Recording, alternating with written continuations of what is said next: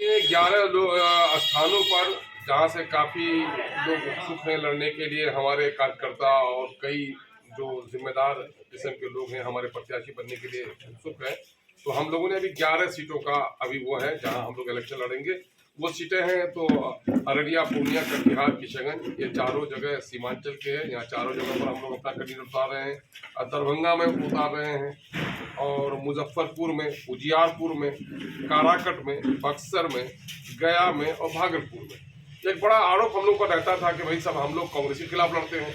तो आप देख लेंगे ये जिन जिन चीज़ों का हमने किया है, जहाँ उजियारपुर को देख लीजिए, काराकट को देख लीजिए, दरभंगा को देख लीजिए, हम लोग जहाँ बीजेपी, जदयू और कांग्रेस और शायद मुमकिन है कि राजद का तो कोई है नहीं, तो हम लोग ये तीनों जो हम वर्तमान में हैं उनके खिलाफ हम लोग इलेक्शन लड़ने जा रहे हैं। हमारा मामला यही है कि सेकुलर समाज बने और दलितों और अखिलेतों को मान और सम्मान बने। सिर्फ सेकुलरिज्म के नाम पर इनका शोषण और दोहन होता नहीं रहे।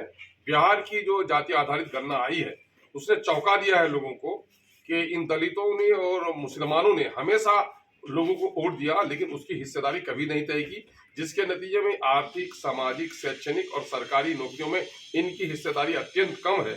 जाहिर है कि दलितों और अखिलेतों के इस नाइंसाफी के खिलाफ तो हमारा एक मजबूत लड़ाई लड़ना हमारे लिए जरूरी है। इस वजह से पार्टी ने फैसला किया है। सर, किन्हीं पार्टी के साथ गठबंधन करके आप चुनाव लड़ेंगे, अकेले ही चुनाव लड़ेंगे? हमारी एक दो पार्टी से भी बात चल रही है और वो हमारे नेशनल प्रेसिडेंट जनाब बैरिस्टर असदुद्दीन अवैसी साहब से हैदराबाद कई जगह के लोग गए हैं।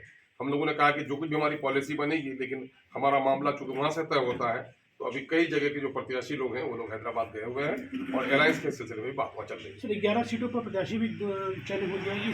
नहीं, प्रत्याशी का मामला अभी अंडर कंसिडरेशन है, और लेकिन ये है कि सीटों के बारे में हम लोगों ने प्रस्ताव दिया है। सर, आप प्रदेश अध्यक्ष आप किशनगंज की लोकसभा सीट से चुनाव लड़ेंगे? जी, मेरा तो ऐलान भी कर दिया है पार्टी के नेशनल प्रेसिडेंट जनाब बैरिस्टर असदुद्दीन साहब। किशनगंज के अलावा और भी प्रत्याशी की घोषणा हुई है? नहीं, घोषणा तो मैंने कहा ना कि इन सीटों का चयन हुआ है, इन सीटों का चयन हुआ है, अब प्रत्याशियों का चयन होगा। मुद्दा क्या रहेगा?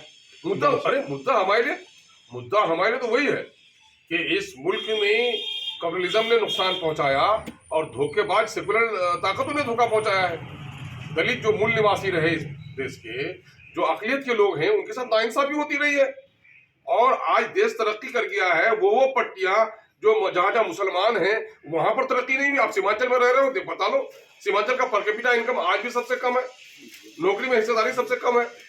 मामला यही है कि राज्य के दूसरे हिस्सों में भी हमारी हकमारी हो रही है। हम लोग तो चाहते ही हैं कि भाई हम लोग ये है दलितों को इंसाफ मिले और सेकुलर सरकार बने, तो हम लोग तो ये मामला कर ही रहे हैं।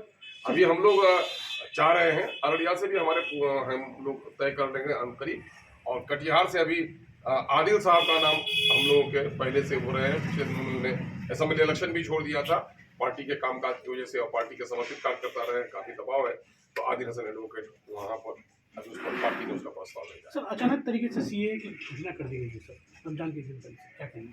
आज इसी पर